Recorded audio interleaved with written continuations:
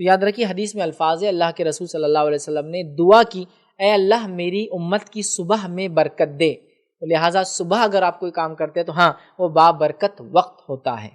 حدیث کے الفاظ ہیں اے اللہ میری امت کی صبح میں برکت دے، تو علماء لکھتے ہیں صبح میں کام کرنا چاہیے اور خاص طور سے سونا نہیں چاہیے۔ یہاں تک کہ سلف کو پایا گیا، کس طرح کے کچھ واقعات ملتے ہیں کہ اگر رات میں کسی مشغولیت حدیث کے جمع کرنے کی وجہ سے، اس پہ فکر کرنے کی وجہ سے، اس کے فقہ نکالنے کی وجہ سے، اس کے باب باندھنے کی وجہ سے اگر سو نہیں پاتے تو فجر کے بعد کچھ دیر جاگ کے ہی سوتے پھر وہ لوگ، تاکہ صبح میں جو برکت ہے اس برکت والے وقت کو جاگ کر گزارے۔ تو امت کی صبح میں برکت کی، اللہ کے رسول نے دعا کی، مطلب اور یہ دعا قبول بھی ہوئی۔ اس کا مطلب یہ صبح میں کام کرنا چاہیے، بہت بابرکت وقت ہے، کام اچھے ہوتے ہیں اور بہت زیادہ ہوتے ہیں۔ آزما کے آپ دیکھ لیں، فجر کی نماز کو اٹھ جائے، فجر کے بعد نہ سوئے، کتنے کام تھے آپ کے صحت کے، واکنگ کے، جاگنگ کے، ایکسرسائز کے، پینڈنگ وقت سب ختم ہو جاتے ہیں گھر کر کے۔ تو دیکھیے، تو بہرحال اللہ کے رسول نے دعا کی تھی کہ صبح میں برکت دے۔ تو ہاں، آپ نے سوال کیا صبح جلدی اٹھنے سے وقت میں برکت ہوتی ہے؟ کہ صبح کا وقت ہی بابرکت ہوتا ہے، آپ جلدی اٹھ کر کام کریں گے تو انشاءاللہ جس وقت میں برکت ہے تو کام میں بھی انشاءاللہ برکت آئے۔ یہ بات میں اس لیے بھی آپ کے سامنے رکھ رہا ہوں کہ ایک بات یا ایک چیز جو کچھ لوگوں نے امت مسلمہ میں مشہور کر دی ہے، اور وہ بات یہ ہے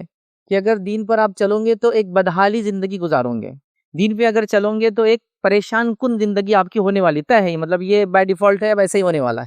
مطلب اگر آپ دیندار ہے تو آپ کو تکلیف آنا ہے، مصیبت آنا ہے، بیماری آنا ہے، دکھ آنا ہے، تکلیف، جیل جانا ہے، پڑوسی آپ کو برے ملنے والے ہیں، اور آپ بے امنی میں زندگی گزاریں گے، نہیں آپ کے ساتھ ہوں گا، اس لیے کہ آپ نے بولا نا آپ دین پہ چل رہے ہیں۔ تو کیا واقعی میں ایسا ہوتا ہے کہ دین پہ چلنے سے صرف اور صرف آزمائشیں، دکھ، تکلیفیں، پریشانیاں یہ آتی ہیں؟ جبکہ ہم دیکھتے ہیں کہ ایسا ہوا، دکھ، پریشانیاں، تکلیفیں آئی، لیکن ایمان لانے کے بعد وہ ابتدائی دور میں ہوا۔ جیسا کہ صحابہ کی جماعت ابتدائی دور میں پریشان تھے، لیکن نبی اکرم صلی اللہ علیہ وسلم کی دنیا کے جانے کے بعد ابوبکر صدیق کی خلافت اور عمر ابن خطاب کی جب خلافت آئی، تب اللہ نے اتنی مال و دولت نواز دیا کہ صحابہ اب سوچ رہے تھے کہیں اللہ رب العزت دنیا میں ہمیں اس چیز کا بدلہ تو نہیں دے رہا جو ہم نے اپنے نبی کے ساتھ دکھ اور تکلیفیں اٹھائی ہے، کیونکہ وہ نہیں چاہ رہے تھے کہ دنیا میں اس کا بدلہ ملے، وہ چاہ رہے تھے آخرت میں بدلہ ملے۔ تو مطلب ایک بہترین، باوقار، عزت والی، خوشی والی، غموں سے دور والی، بیماری سے نجات والی زندگی گزاری انہوں نے۔ مطلب میں جس کی کئی مثالیں دے سکتا ہوں۔ امن و امان کا یہ حال کہ ایک انسان اکیلا نکل جائے اور اس کو مسلم مملکت میں کہیں بھی جانا ہو تو بنا خوف اور خطر، مطلب کسی قسم کے وہ فیئر کے بغیر کہیں بھی ٹریول کر سکتا تھا آدھی رات کو۔ کوئی نہیں تھا کہ جو اس کو روک لے، کوئی نہیں تھا اس کو لوٹ لے، چونکہ امن و امان ایسا قائم ہو گیا تھا۔ مال و دولت کی ایسی فراوانی کہ ہر پیدا ہونے والے بچوں کو ایک اسٹیپنڈ مل جاتا تھا۔ مطلب بچہ پیدا ہوا، رجسٹریشن کرایا جائے، ایوری منتھ اس کا ایک اسٹیپنڈ ملنا چالو ہو جاتا تھا۔ وظیفہ آتا تھا بچوں کو پیدا ہوتے ہی، مطلب اس کو بولتے سوشل سیکیورٹی۔ سوچ بھی سکتے ہیں آپ کہ کوئی بچہ پیدا ہو جائے اور ملک کی طرف سے وظیفہ آنا چالو ہو جائے، وہ آتا تھا۔ تو یہ امن و امان، سوشل سیکیورٹی، فائنینشیل سیکیورٹی، جو اکنامیکل سیکیورٹی، ہر چیز بہرحال اویلیبل تھی ان کے پاس۔ صحت کا وہ عالم، اتنی اچھی صحتیں کہ دنیا سے صحت کے ساتھ ہی لوگ جا رہے ہیں۔ یہ سننے میں نہیں آ رہا ہے کہ پریشان تھے، علیل تھے، سال بھر یہ تھے وہ تھے، بس صحت کے ساتھ ہی تھے، عمر ہو گئی تھی اب چلے گئے۔ صحت بھی دی اللہ نے، امن و امان بھی دی اللہ نے، مال و دولت بھی دی اللہ نے، عزت اور وقار، مطلب عزت اور وقار کا یہ عالم کہ ایک خاتون نے ایک بار جو ہے جس پہ رومی حکومت نے ظلم کیا تو عباسی خلیفہ نے ایک فوج تیار کی اور وہ فوج لے کے اس نے چڑھائی کی، اس عورت کو بھی آزاد کیا، اور اس بادشاہ کو جو ایک نصیحت ملی کہ نہیں کسی مسلمان کے ساتھ ایسا ظلم آپ نہیں کر سکتے، کوئی عورت ہو چاہے کوئی مرد ہو۔ ایک انسان پہ ظلم ہوا تو پورے ملک نے دوسرے ملک پہ چڑھائی کر دی، یاد رکھیں۔ تو یہ عزت کا سمجھے نا، مطلب آج یہ ہے کہ آپ کسی گلی سے چلے جائے اور آپ کے کھانے پینے کے نام پر آپ کو قتل کر دیا جائے بھی تو آپ کی کوئی مسئلہ نہیں ہے، مطلب وہ قتل ہو جائیں گا، وہ لوگ جیل میں جائیں گے لیکن پھر باعزت بری بھی ہو جائیں گے، ان کو پھول و ہار بھی پہنائے جائیں گے، ان کا صدقار بھی ہوگا اور وہ بڑے بڑے پوزیشنز پہ چلے جائیں گے۔ تو یہ آپ کے زندگی کا جس کو کہیں گے ویلیو ہے آج، یہ سب آپ محسوس کر رہے ہیں نا دھیرے دھیرے کر۔ اب تو دکانوں میں بھی کہا جا رہا ہے آپ آ سکتے ہیں اور آپ نہیں آ سکتے ہیں۔ تو بہرحال یہ حالات ہیں۔ تو ابھی خوشگوار زندگی ملیں گی کیسے، کہ اچھی زندگی ہم نے کیسے پائیں گے؟ اس کے کچھ اصول اور بنیادیں شریعت نے دی نہیں دی کہ ہم سے کہا کہ نہیں بس ایسی کیڑے مکوڑوں کی زندگی گزارو، دنیا چلے جاؤ، نہیں۔ یہ دین پر چلنے والا اس دنیا میں بھی عزت اور وقار کی زندگی جیتا ہے، اور آخرت میں تو عزت اور مقام اور مرتبہ اور رحم تو صرف ان پر ہے جو ایمان کے ساتھ دنیا سے گئے، چاہے وہ دنیا کی زندگی جیسی بھی گزری ہو بہرحال۔ لیکن کہنا میں یہ چاہ رہا ہوں کہ ہر انسان ہر وقت آزمائش سے نہیں گزرتا تھا ایمان لانے کے بعد، وہ ایک دور ہوتا تھا، بس اس کے بعد امن و امان میں لوگ زندگی گزارتے تھے۔ تو لہٰذا خوشگوار زندگی، امن والی زندگی، مصیبت سے نجات والی زندگی، صحت مند زندگی، اچھی زندگی، کیسے ہم گزارے، اس کے لیے کچھ رہنما اصول ہیں. میں کوشش کروں گا آنے والے جمعہ میں آج کا جمعہ ملا کر کچھ رہنما اصول 10 سے 15 کے بیچ بہرحال جو بھی رہیں گے وہ اصول رکھنے کی کوشش کروں، تاکہ ان اصولوں سے ہم دیکھیں کہ ایک اچھی زندگی دنیا کی میں اور آپ کیسے حاصل کر سکتے ہیں.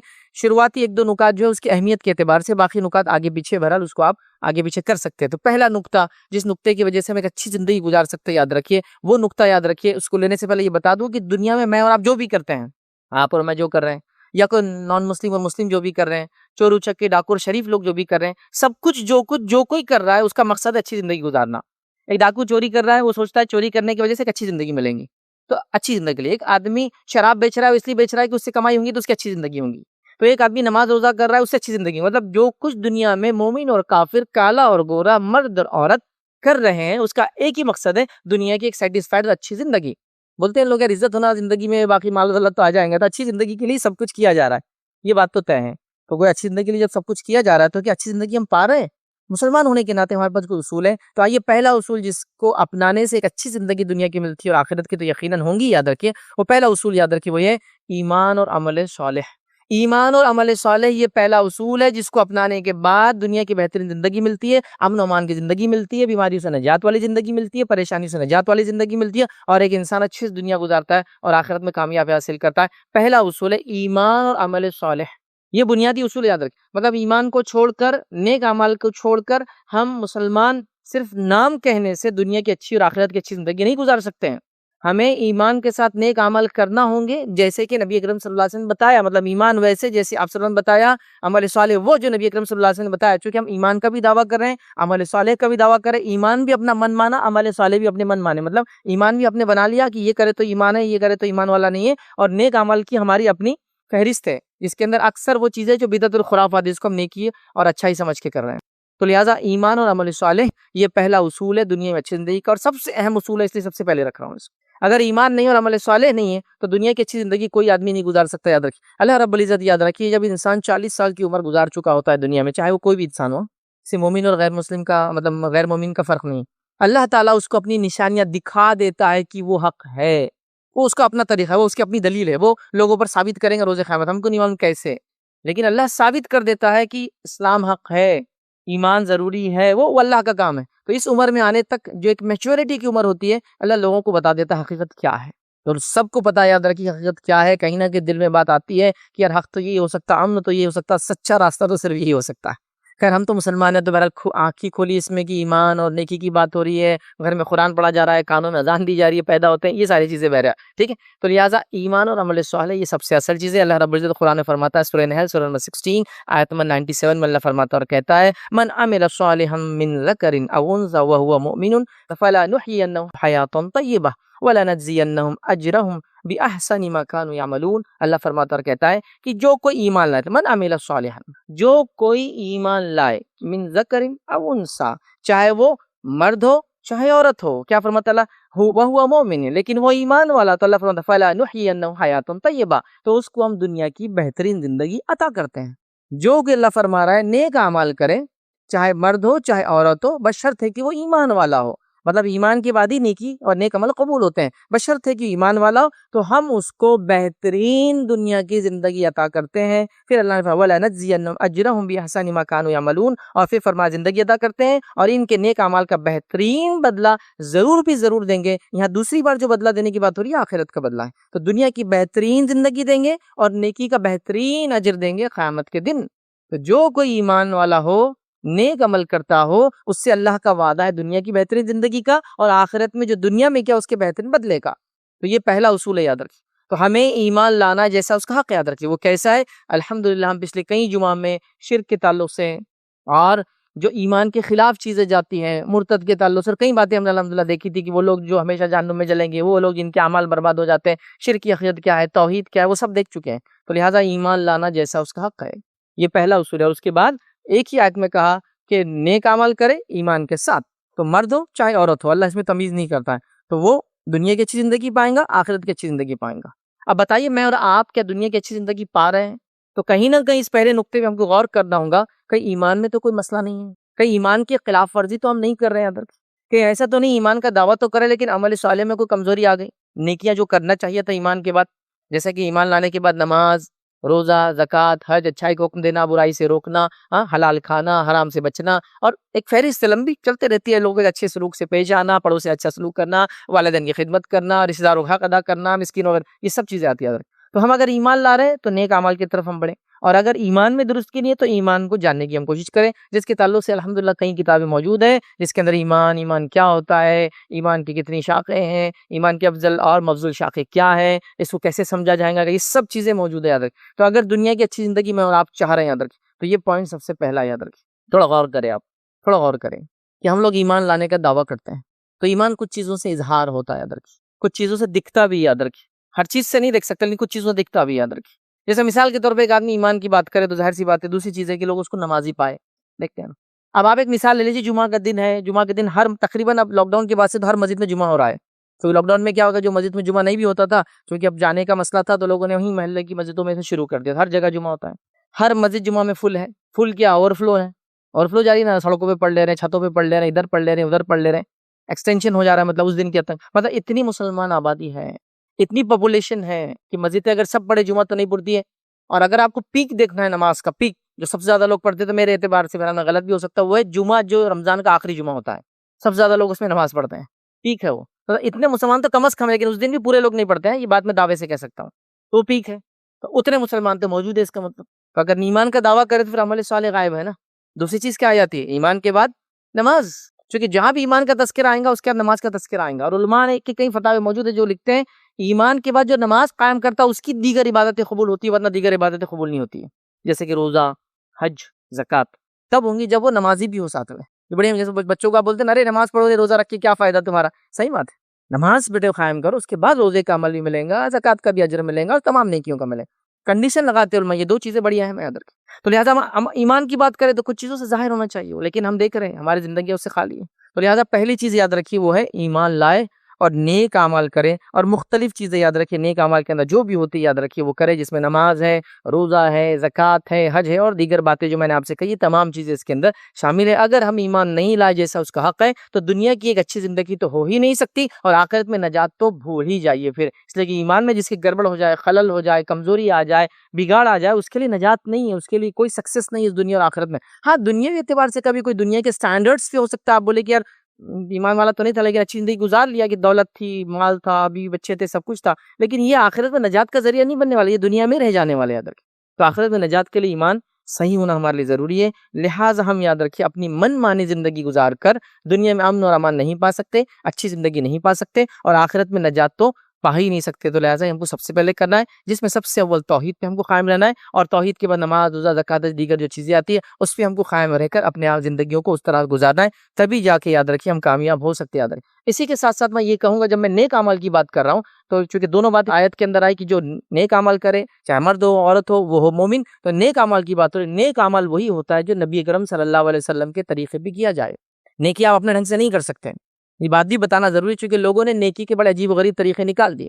ہم چھوٹے تھے مسجدوں میں کبھی جاتے تھے تو مسجد میں کچھ چارٹس ہوتے تھے، الحمدللہ آج کل وہ چارٹس نہیں دکھتے ہیں چونکہ اب نوجوان سوال کرتے ہیں. چارٹس ہوتے تھے، ایسے ایسے چارٹس، عجیب و غریب اعمال اور ایسے ایسے بینیفٹس کہ اس چھوٹے ذہن سے ہم جب سوچتے تھے تو ہم کو لگتا تھا یہ عمل کر کے نجات ہے. نماز پڑھنے والے تو خامخواہ سے محنت کر رہے ہیں کہ بھائی آپ اگر جمعہ کی نماز کے بعد یہ درود ایک بار پڑھ لے تو 80 سال کے گناہ معاف ہو جاتے ہیں. تو ایک چھوٹا بچہ تو سوچتا ہے یار شارٹ کٹ تو یہ دکھ رہی کہ نماز پڑھ لو جمعہ کی اور یہ درود پڑھ لو تو 80 پھر باقی ہفتہ نماز پڑھنے کی کیا ضرورت ہے، کیونکہ وہ 80 سال کے گناہ معاف ہو جا رہے ہیں. ٹیئرس کی تو لائف بھی نہیں دیکھ رہی ہم کو. اچھا 2 جمعہ پالے تو 160 سال کی. اگر یہ کوئی کہے کہ بھائی شب قدر کے اندر یہ اجر ہے اس کا کہ 1000 مہینے جو کہ اپروکسیمیٹلی جو ہے 83 ایئرس اینڈ 4 منتھس کے اراؤنڈ ہوتا ہے، وہ 83 سال اور 4 مہینے ہو جاتے ہو، تو سمجھ میں آ رہا ہے کہ اگر رفلی بولے 80 سال کا اجر ایک رات میں ملتا ہے، سال میں ایک رات آتی ہے، سمجھ میں آ رہا ہے چونکہ ثابت ہے. لیکن یہاں ثابت نہیں، وہ چیزیں منائی جا رہی ہیں. ایک رات آپ جاگ لے، اس دن کے بعد کا روزہ رکھ لے تو 120 سال کے گناہ معاف. اب 120 سال لائف کس کی ہوتی ہے نا. یہ سب موضوع روایتیں ہیں کہ جو 15 شعبان کی رات پالے، اس رات جاگ لے، صبح کا روزہ رکھ لے، 120 سال کے گناہ معاف. ایسی شارٹ کٹ ہے. شب قدر کی فضیلت نہیں، 1000 مہینے بھی 83 سال ہی ہوتے ہیں، 120 سال وہ بھی نہیں ہوتے ہیں. تو عجیب و غریب چیز ہے. تو عمل صالح کے لیے کنڈیشن ہے نبی اکرم صلی اللہ علیہ وسلم سے وہ چیز کا ثابت ہونا، اس کے اصول موجود ہونا. یاد رکھیں ورنہ پھر کیا ہوگا، ہم منمانی کریں گے. یاد رکھیں اور یہ مزاج ہمارا بہت بن چکا ہے. یاد رکھیں امام مالک رحمہ اللہ کا زمانہ ہے، ایک شخص آیا اور آ کر کہنے لگا کہ اگر میں عیدگاہ میں نماز پڑھتا ہوں اور عیدگاہ میں عید کی نماز پڑھتا ہوں تو اس سے پہلے 2 رکعت پڑھ لیے تو کیسا ہے. تو امام مالک نے فرمایا کہ یہ سنت سے ثابت نہیں ہے. تو کہا وہ نہیں مجھے معلوم سنت ثابت نہیں, کر لیے تو کیا ہوا.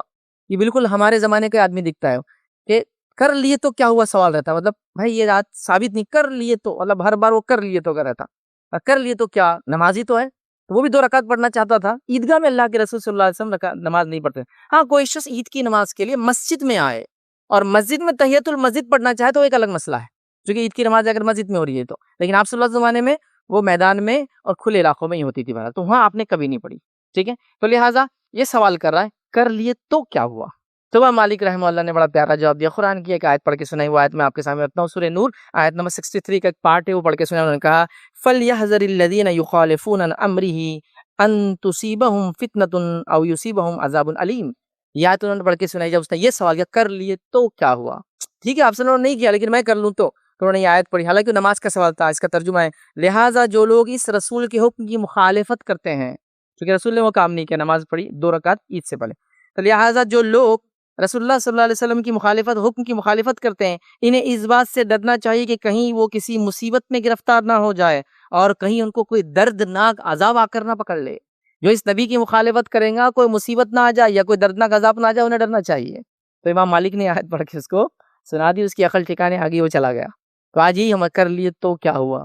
ہاں یہ بھی تو نیکی ہے نا, ایسا کر لیے تو کیا ہوا ہے نا. اور الٹے سوالات رہتے ہیں, مطلب آپ صلی اللہ علیہ وسلم نماز ایسی پڑھی نہیں, ایسا پڑھ لیے تو کیا ہوا, مطلب ایک بالکل نیا ہے. تو خیر چلیے میں ایک اصولی بات آپ کو آج بتا دیتا ہوں, اس بات کو آپ ذہن نشین کر لیں تو ہمیشہ لائف میں آپ کو بینیفٹ فائدہ ملے. اصولی بات کیا ہے, عبادت میں صرف وہ کام کرنا ہے جو بتایا گیا ہے, باقی سب منع اور حرام ہے. یہ اصول ہے. عبادت میں صرف وہ کرنا ہے جو بتایا گیا ہے, باقی سب جو چیزیں ہیں وہ ناجائز ہوں گی اور حرام ہوں گی. یاد رکھیں, مطلب کوئی اگر سوال کرے کہ میں نماز پڑھوں تو ہاتھ کو ایسا باندھوں پیچھے, تو پھر کیا ہوں گی کہ نماز میری قیام میں نہیں. ٹھیک ہے, آپ صلی اللہ نے کیا ہوں گی کیا. تو عبادت میں وہی کرنا ہے جو بتایا گیا, باقی منع ہے. اور دنیا میں انہی کاموں سے بچنا ہے جس سے منع کیا گیا, باقی سب حلال ہے. مطلب شریعت میں عبادت میں جو چیز بتائی گئی وہی کرنا ہے, باقی حرام ہے. اور دنیا کے معاملات میں جن چیز سے منع کیا ان سے رکنا ہے, باقی سب حلال ہے. جیسے کہ کمائی میں کیا چیز حرام ہے, سود, باقی سب حلال ہے. وضو کن چیزوں سے ٹوٹتا, اتنی چیزیں, باقی سب سے وضو نہیں ٹوٹتا. تو شریعت نے نہیں بتایا کہ جام کھانے سے وضو نہیں ٹوٹتا, آم کھانے سے وضو نہیں ٹوٹتا, دودھ پی لے تو وضو نہیں ٹوٹتا, پیدل چلے تو وضو نہیں ٹوٹتا. ضرورت نہیں, کن سے ٹوٹتا بتا دیا, تو سمپل. تو دنیا کے معاملات اور دین کے معاملات, دین میں جو بتایا گیا وہ کرنا ہے, اور دنیا میں جس سے روکا گیا اس سے رکنا ہے, باقی دنیا میں سب حلال اور باقی ہیں سب حرام. تو یہ اصولی بات ہے. تو اب آپ رات کو جاگ کر عبادت کر رہے ہیں, بتایا گیا ہے کہ نہیں. دنیا میں صرف جو چیز سے منع کیا گیا, جیسا کہ جو بھی چیزیں, میں نے کمائی کے اندر سود کی بات کر لی, بات چیت کے اندر جھوٹ نہ بولے, دھوکہ نہ دے, باقی سب حلال ہے, پھر باقی سب باتیں حلال ہوں گی آپ کی. تو یہ اصولی بات ہے. اب یہ اصول کو چھوڑ کے ہمارا کر لیے تو کیا ہوا, تو نبی اکرم صلی اللہ علیہ وسلم کے طریقے پہ جو عمل کریں گے وہی نیک عمل کہلائیں گے. تو لہٰذا ہمیں ایسے دوسرے تمام کاموں سے بچنا ہے. آئیے دوسری چیز یاد رکھیے جو اصولی بات ہوں گی دنیا کی بہترین زندگی کے لیے, وہ ہے نماز. یہ اہمیت کے اعتبار سے دوسرا پوائنٹ ہے, اور یہ واقعی میں اہمیت کے اعتبار سے سیکنڈ ہے, چونکہ ایمان کے بعد سب سے اصل چیز ہے نماز. نماز کی کیا اہمیت ہے میں سمجھتا ہوں بتانے کی کہ مجھے ضرورت نہیں ہے. نبی اکرم صلی اللہ علیہ وسلم کا زمانہ ہے, کوئی شخص ایمان لاتا ہے, ایمان لاتے ہی آپ صلی اللہ علیہ وسلم کیا کرواتے ہیں اس کو, ایمان لاتے دوسرا کام سب سے پہلے اس کو نماز پڑھواتے ہیں. کچھ روایتوں میں نماز سے پہلے کچھ اعمال ہے, کسی سے کہا غسل کر کے آ جا, کسی سے کہا دورے جہالت کے بال نکال کے آ جا, مطلب زیر ناف کے بال وغیرہ نکال لے, تو وہ جاتا تھا زیر ناف کے بال نکالتا تھا. جو ایکسٹرا وہ لوگ زمانے میں شاید بال نہیں کاٹتے تھے, جو وہ کرتا تھا غسل لیتا تھا, آ جاتا تھا, نماز پڑھ لیتا تھا. لیکن نماز پڑھوائے تو وہ ایک انسان اسلام قبول کرتا ہے, تو قبول کرتے نماز آگے, اس کے بعد اس کو کوئی چانس نہیں گیا کہ ٹھیک ہے اب جاؤ 8 مہینے 9 مہینے 10 مہینے 11 مہینے 1 سال 2 سال کے بعد نماز سیکھو, کوشش کرو, پھر آگے تو پھر پڑھنا چاہیے. نہیں, ایمان قبول کرتے اس کو نماز پڑھوائی جا رہی ہے. بالکل سیکنڈ عمل ہے. کتنا ہے, میں اس سے میں سمجھتا ہوں خالی بتانے کے لیے بات کر رہا ہوں. ایمان قبول کیا کہ نماز پڑھنا ہے اس کو, اور یہ ہر اس میں کہ وہ شخص آئے, انہوں نے وہ کیا, آپ نے کہا جاؤ غسل لو, نماز پڑھو, جاؤ فلاں کرو, نماز پڑھو, پھر گھر جاؤ فلاں کرو, یہاں اور نماز پڑھو, تو نماز فوراً آ گیا. ایمان لاتے ہی اب کوئی چارہ اس کے لیے نہیں بچا سوائے اس کے کہ اس کو نماز قائم کرنا ہے. ابھی کتنی افسوس کی بات ہے, دنیا کی بہترین زندگی, بیماریوں سے نجات ہم چاہتے ہیں, پریشانیوں اور دکھوں سے نجات چاہتے ہیں, فائنینشیل برڈنس جس کو کہیں گے ہم, مالی جو ہمارے پہ بوجھ ہو چکا ہے اس سے نجات چاہتے ہیں, اور رب کے سامنے ہم سجدہ ریز نہیں ہوتے ہیں, نماز قائم نہیں کرتے. دوسرا اصول ہے دنیا کی اچھی زندگی پانے کا, چونکہ جن لوگوں نے اس اصول کو اپنایا تھا اپنی زندگی میں, یاد رکھیں, جو اللہ کے سامنے جھکے تھے, دنیا ان کے سامنے جھکی ہے, یہ تاریخ اس کی گواہ ہے. جو رب کے سامنے جھکے, دنیا ان کے سامنے جھکنے سے مراد یہ نہیں کہ سجدہ کی, جھکنے سے مراد یہ کہ ان کی ماننا پڑی دنیا کو. اب ہم رب کے سامنے نہیں جھک کر پھر جہاں بھی جس کو منانا چاہیں گے وہ چاہے تو مانے چاہے تو نہ مانے, ذلیل تو ہر جگہ ہونا ہے, لیکن رب کے سامنے جھکنے والوں کا معاملہ ایسا ہوتا ہے, یاد رکھیے, کہ وہ دنیا ان کے سامنے جھکتی ہے، یاد رکھیے۔ تو یہ بڑی اہم بات ہے، لہٰذا ہم نماز قائم کریں۔ صحیح مسلم کی روایت ہے، نبی کریم صلی اللہ علیہ وسلم فرماتے اور کہتے ہیں نماز کی اہمیت اس سے پتہ چل گیا، فرماتے ہیں بندہ اپنے رب کے سب سے زیادہ قریب اس وقت ہوتا ہے جب وہ سجدے کی حالت میں ہوتا ہے، لہٰذا تم سجدے کی حالت میں زیادہ دعا کیا کرو۔ مطلب رب سے سب سے قریب ہونے کا طریقہ کیا ہے؟ نماز، اور نماز میں سجدے میں سب سے قریب ہوتا ہے، تو یہ بتانا چاہ رہے سب سے قریب، تو مطلب اللہ سے قربت حاصل کرنے کا طریقہ بھی نماز کے ایک رکن کے اندر ہے، سجدہ، لہٰذا اس میں دعا کرو۔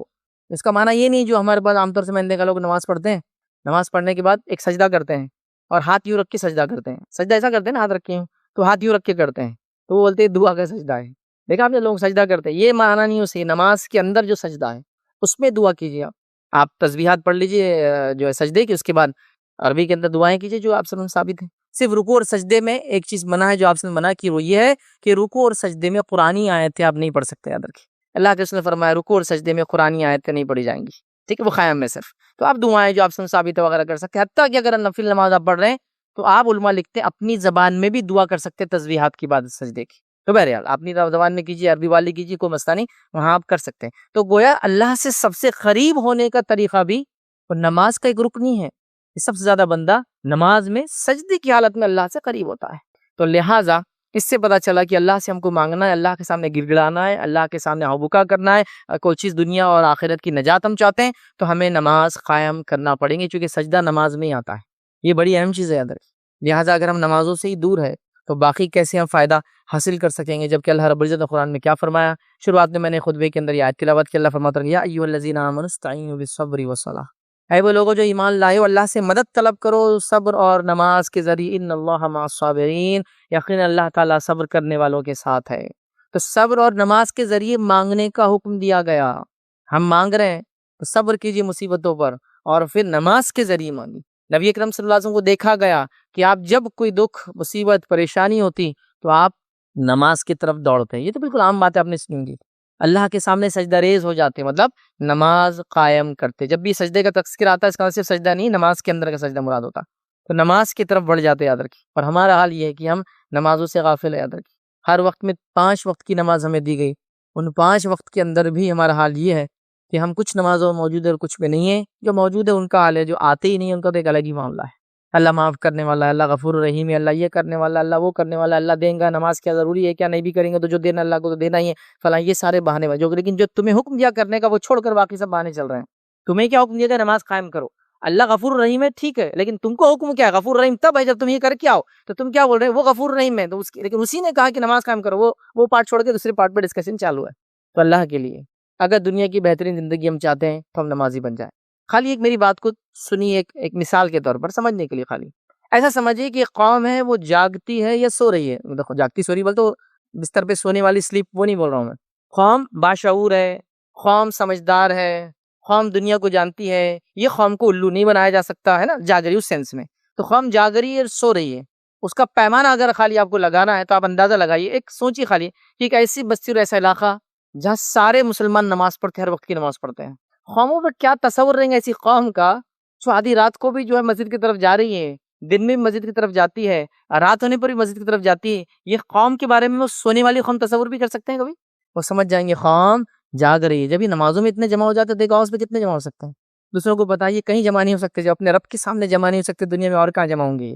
چونکہ دنیا میں بہت ساری چیزیں منوانے کے لیے آپ کو اپنی تعداد، اپنے سر بھی جوڑنا پڑتے ہیں، چونکہ دنیا کے اکثریت علاقے کے اندر بھی ڈیموکریسی چلتی ہے، ڈیموکریسی جمہوریت کے اندر سر گنے جاتے ہیں، مطلب اگر ایک جگہ 100 لوگ ہیں، 100 سر گننے مطلب 100 سر ہے، اور کسی کا کس کو چننا ہے، اور ایک طرف جو ہے 51 لوگوں نے ایک انسان کو چن لیا، اور ایک طرف 49 لوگ ہیں جو اس کو چننا نہیں چاہ رہے، تو وہ چن کے آ جائیں گا، حالانکہ 49 گھوڑے ہیں اور 51 گدھے ہیں، تو بھی وہ چن کے آ جائیں گا، حالانکہ ایک گھوڑے کے مقابلے میں 100 گدھے بھی برابر نہیں ہو سکتے ہیں، لیکن سروں کا ہے نا، کوانٹٹی کا معاملہ ہے، سر گنے جائیں گے تو سروں کے اعتبار سے تو وہ 51 گدھے جیت کے لا لیں گے، اس کو جتا کر، سروں کا معاملہ ہے۔ تو آپ دیکھیے قوم فجر کے اندر جاتی ہے اور اسی حال میں جاتی ہے سے جمعہ بھر کے ہمارا، کیونکہ تعداد اتنی ہے نا، تو اب قوموں کا، حکومتوں کا آپ کی طرف تصور کیسا ہوگا؟ مجھے صرف اتنا بتائیے، قوم سو رہی ہے یا قوم جاگ رہی ہے؟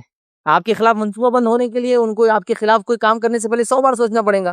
اب 500 دیکھ مسجد میں یوں جمع ہو جاتے تھے، فجر میں جمع ہو جا رہے یار، عشاء میں جمع رہتے یہ لوگ، آپ سمجھ رہے ہیں؟ تو اللہ نے جو عبادتوں کو آپ کو دیا ہے، اس کے اخروی کئی فائدوں کے ساتھ ساتھ میں کہہ رہا ہوں لا تعداد دنیاوی فائدے بھی اس کے اندر موجود ہے، لا تعداد دنیاوی فائدے بھی موجود ہے، بتانے کا بہرحال وقت نہیں ہے۔ آئیے میں صرف آپ کو ایک نفل نماز کا فائدہ بتاتا ہوں کتنا ہوتا ہے، جو میں کہہ رہا ہوں نماز دوسرا اسے نفل نماز، فرض تو سبحان اللہ زندگی بھر کی نفل بھی ایک فرض کی برابری نہیں کر سکتی، یاد رکھیے فرض فرض ہی رہتا ہے ہمیشہ، یہ بات یاد رکھیے۔ ایسا پورے دنیا کی ایمان والے بھی مل جائے تو ایک نبی کے مقام کو نہیں پہنچ سکتے، نبی نبی ہی ہوتا ہے آخر، یہ ان کا مقام ہوتا ہے، ان کا ایمان اتنا بلند ہوتا ہے، اور ایسی شخصیات ہوتے ہیں کہ پورے ایمان والے بھی اکٹھے ہو جاتے، ایک نبی کی برابری نہیں ہو سکتے۔ تو ایک فرض نماز ایک فرض نمازی ہے، تو ایک نفل کا فائدہ دیکھیے، تو فرض کا تصور کیجئے، صرف سوچیے کیا ہوگا۔ سنیے نبی کریم صلی اللہ علیہ وسلم کی وفات مسند احمد کی روایت ہے، جامع ترمذی میں روایت ہے، اور بھی روایت بہت ساری کتب حدیث کے اندر آتی ہے۔ آپ فرماتے اور کہتے ہیں تم رات کا قیام ضرور کیا کرو،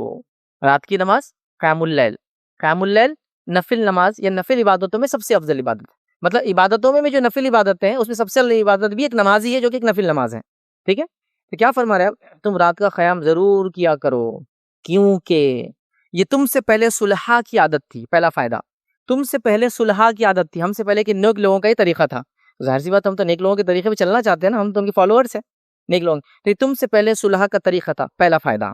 پھر فرمایا اور رات کا قیام اللہ سے قریب کرتا ہے، دوسرا فائدہ۔ تیسرا فرمایا اور گناہوں کو مٹاتا ہے، تیسرا فائدہ۔ پھر فرمایا برائیوں سے روکتا ہے، چوتھا فائدہ۔ اور پانچواں فائدہ کیا ہے معلوم آپ کو، جس سے سب پریشان ہیں وہ یہ ہے، اور جسمانی بیماریوں کو دور کرتا ہے، 5 فائدے۔ ایک نفل عبادت کے 5 بینیفٹس، پہلا نیک لوگوں کا طریقہ، اور ہم نیک لوگوں کے طریقے پہ چلنا چاہتے جو ہم سے پہلے چلے، انبیاء اور جو ہے صدیقین شہداء اور صالحین، ان کا طریقہ تھا، تو ہم اس پہ چلتے، پہلا فائدہ۔ دوسرا ہے رات قیام اللہ سے قریب کرتا ہے، مطلب ایک قوم کو اور ایک بندے کو اللہ سے قریب ہونا ہے تو رات کا قیام کریں، بڑا اسپیشل ٹائم ہے اور اللہ کو بہت پسند ہے، تو دوسرا فائدہ ہو گیا۔ تیسرا فائدہ گناہوں کو مٹاتا ہے، کون سا انسان ہے جو گناہ نہیں کرتا ہے، تو گناہ مٹانے کا سب سے بہترین طریقہ ہے۔ برائیوں سے دور رکھتا ہے، ہر آدمی چاہتا ہے برائیوں سے بچے، یہ عمل برائیوں سے بچاتا ہے، ایک نماز ایک نفلی نماز ہے، یاد رکھیں بچاتا ہے۔ اور 5ویں چیز یاد رکھیے، ہر دوسرا آدمی پریشان ہے، یہ جسمانی بیماریوں کو دور کرتا ہے، یہاں لفظی ہے جسمانی بیماری، یہ میں معنی نہیں سمجھا رہا ہوں کو کہ اس کا ایسا ہے تو علماء نے کہا یہ یہاں لفظی ہے کہ جسمانی بیماریوں کو دور کرتا ہے۔ تو آج کون سا انسان ہے جو پریشانی ان تمام چیزوں، اپنے گناہوں سے پریشان ہے، بری صحبت سے پریشان ہے، برے لوگوں سے پریشان ہے، بیماریوں سے پریشان ہے، یہ رات کی نماز ان سب سے نجات دیتی ہے، گناہوں کو معاف کرتی ہے، برائیوں سے دور کرتی ہے انسان کو، بیماریوں کو آپ سے دور کرتی ہے۔ کتنے بینیفٹ صرف ایک نفل نماز کے، اور یہ نماز فجر کے وقت شروع ہونے سے پہلے ہوتی ہے۔ اب آپ کے علاقے میں جب بھی فجر کا ٹائم شروع ہو رہا ہے اس سے پہلے یہ نماز ہوتی ہے، اس کو ہم کہیں گے عام زبان کے اندر سحر کا وقت جو ہوتا ہے نا، جب ہم اٹھتے ہیں رمضان میں، بس وہ وقت ہوتا ہے اس کا افضل وقت، پڑھنا چاہیے، کوشش کرے کہ انسان فجر کو بھی جائے اور اس سے پہلے کوشش کرے کہ یہ بھی پڑھے اور ساتھ میں اس کے فجر بھی اس کی ہو، تو اس کو اتنا بینیفٹ ملے گا۔ تو ایک انسان پریشان ہے، پتہ نہیں کن کن دروں پہ جا کے سر ٹیک رہا ہے کہ میرے گناہ ختم ہو جائے، اللہ مجھ سے راضی ہو جائے، میرا فلاں معاملہ بدل جائے، میری صحبت بدل جائے، میری بیماریاں دور ہو جائے، اس کو صرف ایک نماز اپنے گھر میں پڑھنا ہے، کوئی اسپیشل مقام پہ نہیں جانا ہے، کسی سے ملنا نہیں ہے، کوئی پیسہ خرچ نہیں کرنا ہے، نتھنگ، کچھ نہیں، صرف اپنے گھر میں اٹھے اور اس وقت اٹھ کے نماز پڑھ لے، اس کو یہ سارے فائدے انشاءاللہ عزیز مل جائیں گے۔ یہ بہت بڑی چیز ہے، یاد رکھیں، بہت بڑی چیز ہے، یاد رکھیں، بہت اہم چیز ہے، یاد رکھیں۔ لیکن بہرحال ہم لوگ دوسری جگہ ہی تلاش کر رہے ہیں کہ وہ عزت، مقام، مرتبہ کیسے حاصل ہوگا، جو بتایا گیا ان چیزوں سے ہم بڑے غافل ہیں۔ تو بہرحال آج ہم نے 2 اصول دیکھے کہ دنیا کی بہتر زندگی کے لیے سب سے پہلے ایمان اور نیک اعمال، اور اس کے بعد دوسرا اصول تھا نماز۔ یاد رکھیے یہ 2 کام ہیں انشاءاللہ عزیز جس کے کرنے سے، جو سب سے اول سب سے اہم تھے، جو کرنے سے دنیا کی بہترین زندگی، غموں سے نجات والی زندگی، پریشانیوں سے نجات والی زندگی، سے بیماریوں سے نجات اور بیماریوں سے پاک زندگی اور ایک اچھی زندگی میں اور آپ گزار سکتے ہیں۔ اور ہر آدمی پریشان ہے اچھی زندگی کے لیے، خاص طور سے اقلیتیں ہمارے ملک عزیز میں، اور خاص طور سے مسلمانوں سے پریشان ہیں، تو یہ طریقہ ہے اس پریشانی کو دور کرنے کا۔ اس کے بعد اور بھی چیزیں ہیں، یاد رکھیے، جو اس کے بعد جب آدمی اس میں آگے بڑھ جاتا ہے تو وہ چیزیں بھی اس کے اندر اللہ ڈال دیتا ہے، فطرتیں، اس کے نتیجے میں وہ دوسرے فائدے بھی اس کے اٹھانا شروع کر دیتا ہے، یاد رکھیں۔ تو لہٰذا ہمیں ان اصولوں پہ کام کرنے کی ضرورت ہے، ان پر محنت کر کے عمل کرنے کی ضرورت ہے، تاکہ دنیا کی بہترین زندگی ہو اور آخرت میں بھی ہم انشاءاللہ عزیز کامیاب ہوں۔ اسی پر اپنی بات کو میں ختم کروں گا۔ اللہ رب العزت سے دعا ہے کہ اللہ سبحانہ تعالیٰ ہم تمام کو دنیا کی ایک بہترین زندگی عطا فرمائے، ہم تمام کو دکھوں سے، غموں سے، بیماریوں سے، پریشانیوں سے جو ہے نجات عطا فرمائے۔ اللہ رب العزت ہمیں ہمارے لیے دین پہ چلنا آسان کرے، جب تک زندہ رکھے، اسلام اور ایمان پر زندہ رکھے، خاتمہ ایمان پر ہو۔